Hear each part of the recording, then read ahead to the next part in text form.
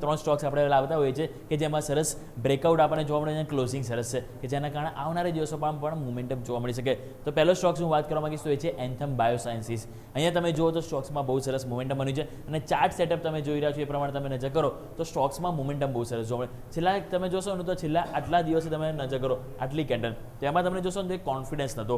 દરેક કેન્ડલ તમે જોશો ને તો પ્લસ સાઇન જેવું આપણને કેન્ડલ જોવા મળતી, પરંતુ આજે જોશો તો પ્લસ સાઇન નહીં, બોડીમાં વોલ્યુમ થોડુંક જોવા મળે છે. હા, હાઈથી તમે જોશો તો થોડો નીચે આવે. આજનો હાઈ આપણને કેટલો બને? હાઈ તમે નજર કરો 810 હતો અને ક્લોઝિંગ તમારું જે આવ્યું છે 800 રૂપિયા, એટલે એટલું બધું પણ ખરાબ નથી. હાઈની નજીક જ એમ કહી શકાય કે આપણને ક્લોઝિંગ. જો હવે આવતીકાલે અહીંયા આજનો જે હાઈ છે એ ક્રોસ ઓવર થશે તો મોમેન્ટમ બહુ સરસ જોવા મળશે, કારણ કે ફાઇનલી સ્ટોક્સમાં કોન્ફિડન્સ. અને સારી વસ્તુ શું છે ખબર છે? તમે છેલ્લા નજર કરશો ને તો એપ્રિલ મહિનાથી સ્ટોક્સ સતત 10 ડેમાં ઉપર જ ક્લોઝ થાય છે. એક પણ દિવસ તમે જો એપ્રિલ મહિના બાદ સ્ટોક્સમાં 10 ડેમાં નીચે ક્લોઝિંગ નહીં છે, મીન્સ કે દરેક ઘટાડે બાઇંગ જોવા મળે છે. તો એક સારી વસ્તુ આપણને જોવા મળી રહી છે. અને તમે જોશો ને તો છેલ્લા 5-6 દિવસથી એક હાયર ક્લોઝિંગ આપી રહ્યું છે, એટલે મોમેન્ટમ આગળ પણ જોવા મળી શકે. તો એન્થમ બાયોસાયન્સીસ પહેલો સ્ટોક છે જેને આપણે ધ્યાન પર રાખીશું. બીજો સ્ટોક હું વાત કરવા માંગીશ કે જે એક સરસ મોમેન્ટમમાં હતો અને એ તો બાયોકોન.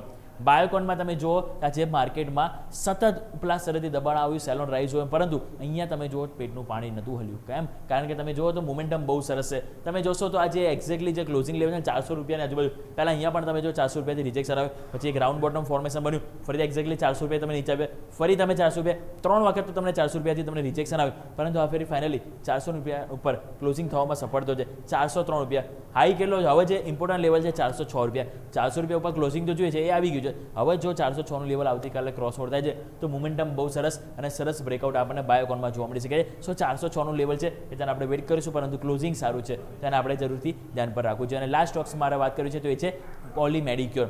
બહુ જબરદસ્ત આજે સૌથી હાઈએસ્ટ મને જો કોઈ સ્ટોક્સ પરફોર્મન્સ ગમ્યું હોય તો એ છે પોલી મેડિક્યોર. કેમ? અહીંયા તો આપણે નજર કરીએ ચાર્ટ એક વખત લઈને આવો પોલી મેડિક્યોરનો, તો તમે ચાર્ટ નજર કરો. એક તો પહેલાં સ્ટોક્સમાં એક સરસ રાઉન્ડ બોટમ ફોર્મેશન, પરફેક્ટ કહેવાય ને કે પરફેક્ટ રાઉન્ડ બોટમ ફોર્મેશન આપણને 2026થી આપણે લઈએ છીએ. 2026માં જે લેવલ હતું 1834 રૂપિયા આજુબાજુ, ત્યાંથી સ્ટોક્સમાં પડવાની શરૂઆત થઈ હતી. સ્ટોક્સ નીચે 1100 રૂપિયા ગયો અને આ રાઉન્ડ બોટમ ફોર્મેશન કમ્પ્લીટ થઈ ગયું. અને આજના દિવસની કેન્ડલ તમે જો તો એ પરફેક્ટ બિગ હેમર કેન્ડલ આપણને બની રહી છે. જ્યારે માર્કેટમાં જોયું, જ્યારે ક્લોઝ થયું ત્યારે સ્ટોક્સ હાઈ ઉપર હતો, મીન્સ કે સ્ટોક્સમાં ડિમાન્ડ છે, સ્ટોક્સમાં વોલ્યુમ છે. તો આ સ્ટોક છે કે જે હજુ પણ એક ફર્ધર એક્શન પોઝિટિવ બતાવી શકે અને ઉપર જે રાઉન્ડ બોટમ ફોર્મેશન છે એ કમ્પ્લીટ થઈ શકે છે. તો પોલી મેડિક્યોર આ પણ સ્ટોક છે કે જેને ધ્યાન પર રાખી. તો 3 સ્ટોક છે કે જેના ક્લોઝિંગ મને પસંદ આવે. એક છે પોલી મેડિક્યોર, એક છે બાયોકોન અને બીજો છે એન્થમ બાયોસાયન્સીસ. આ 3 સ્ટોક છે કે જેનું ક્લોઝિંગ બહુ સરસ છે અને આગળ ફર્ધર આપણને સારી એવી પોઝિટિવ એક્શન જોવા મળી શકે છે.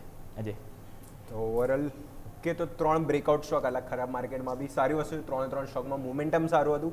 તો નેક્સ્ટ ડે આપણે ખાસ કરીને ફોકસ કરશું. માહિતી